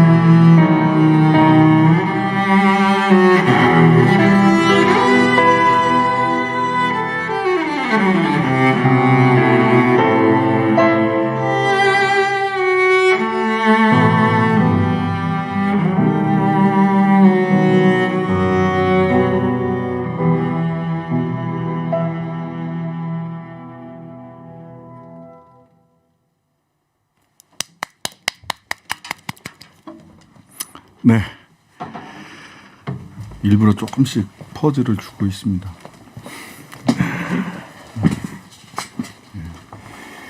이렇게 연주회 끝나자마자 연주하신 분이 정말 훌륭한 연주였죠. 이러면 정말 분위기가 팍 깨져요. 그거는 듣는 사람이 평가할 테니까 본인은 폼을 잡고 있어줬으면 좋겠다. 그런 생각이 들어요. 감사합니다. 자, 예, 앞으로 계획 어떤 계획 갖고 계신지 더 많은 분들이 우리 조영훈 씨, 홍진호 씨 연주 각자 또 따로 또 같이 연주 듣고 싶어 하시는 것 같아요. 순종 황제님 첼로 소리가 이렇군요. 너무 좋습니다. 예. 이제 연주 계획이나 함께 활동하실 계획을 좀 듣고 마지막 곡 청해야 될 것 같아요. 예. 저 같은 경우는 올해 큰 연주들은 마무리가 된 상태고요. 1단락 됐고 또 연말에 오케스트라와 협연이 남아 있는데 제가 돌이켜 보면은 아직까지도 이제 제가 공부했던 그동안 그 정통 클래식에 대한 고집을 못 버리고 뭔가 공부했던 것을 많이 보여드리려는 욕심이 아직까지는 좀 많이 남아 있어가지고 좀 시간이 여유 있을 때 좀 개발을 하고 제가 하고 싶은 것들을 좀 개발을 하면서 시간을 보내고 싶고요. 또 그거를 보여드릴 기회를 지금 차차 계획 중에 있습니다. 아마 내년쯤에는 좀 더 많은 올해보다 더 많은 연주로 찾아뵐 수 있을 것 같습니다. 네, 조용은 저도 사실 이제 솔리스트로서 활동은 지금은 약간 조금씩만 하고 있고요. 글쎄요, 그러신 것 같아요. 주로 이제 이미 활발하게 활동하고 계시는 홍진호 첼리스트님을 비롯해서 많은 아티스트 분들과 이렇게 협업하는 무대를 저는 주로 갖고 있어서 그 중에 하나 말씀드리면 이제 반도네오니스트 고상지님과 함께 이번 달에도 공연이 계획되어 있고 지난주에 반도네오니스트가 한 분 나오셨었는데 그러셨군요. 그래서 다양한 무대와 그리고 또 아까도 잠깐 말씀드렸지만 이제 유튜브 채널 통해서 저는 또 계속해서 구독자 여러분들 그리고 음악 찾아주시는 분들하고 소통하려고 하고 있습니다. 아니 뭐 고상지 씨, 홍진호 씨 이런 분들이랑 같이 이제 협주를 반주해 주시고 굉장히 이 유니크하면서도 대중들이 클래시컬하면서도 또 대중들이 좋아하는 그런 뮤지션들이랑 같이 주로 활동을 하시네요. 우리 조용 피아니스트도. 감사하게도. 예, 강미정님, 진호님 콘서트 꼭 가고 싶어요. 아름다워요. 지방 공연도 하셨으면 좋겠네요. 코로나가 어떻게든 돼야 됩니다. 8728님, 와 진호님 여기가 예술의 전당인가요? 계속 듣고 싶어요. TBS 시민의 방송 신장식의 신장기업입니다. 자, 두 분 계획까지 잘 들어봤습니다. 이제 두 분 모두 지금 계획하신 바 다 잘 실현됐으면 좋겠고요. 마지막 곡은 퓨리파이 라이브 앨범에 실린 곡으로 골라주셨어요. 네. 어떤 곡인지 소개를 좀 해주시죠.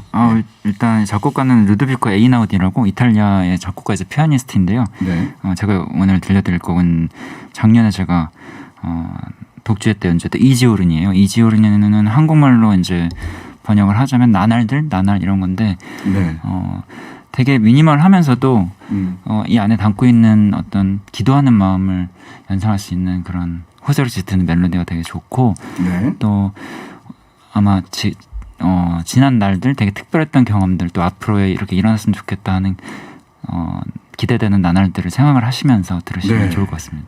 찬양과 센티멘탈 월츠를 거쳐서 앞으로의 나날들, 지나간 나날들, 앞으로 다가올 나날들을 생각하면서 마지막 곡 들어보도록 하겠습니다. 자, 저는 먼저 인사드리겠습니다. 두 분 나와주셔서 감사하고요. 신장식의 신장기업은 다음 주 월요일 6시 6분에 다시 찾아뵙도록 하겠습니다. 감사합니다.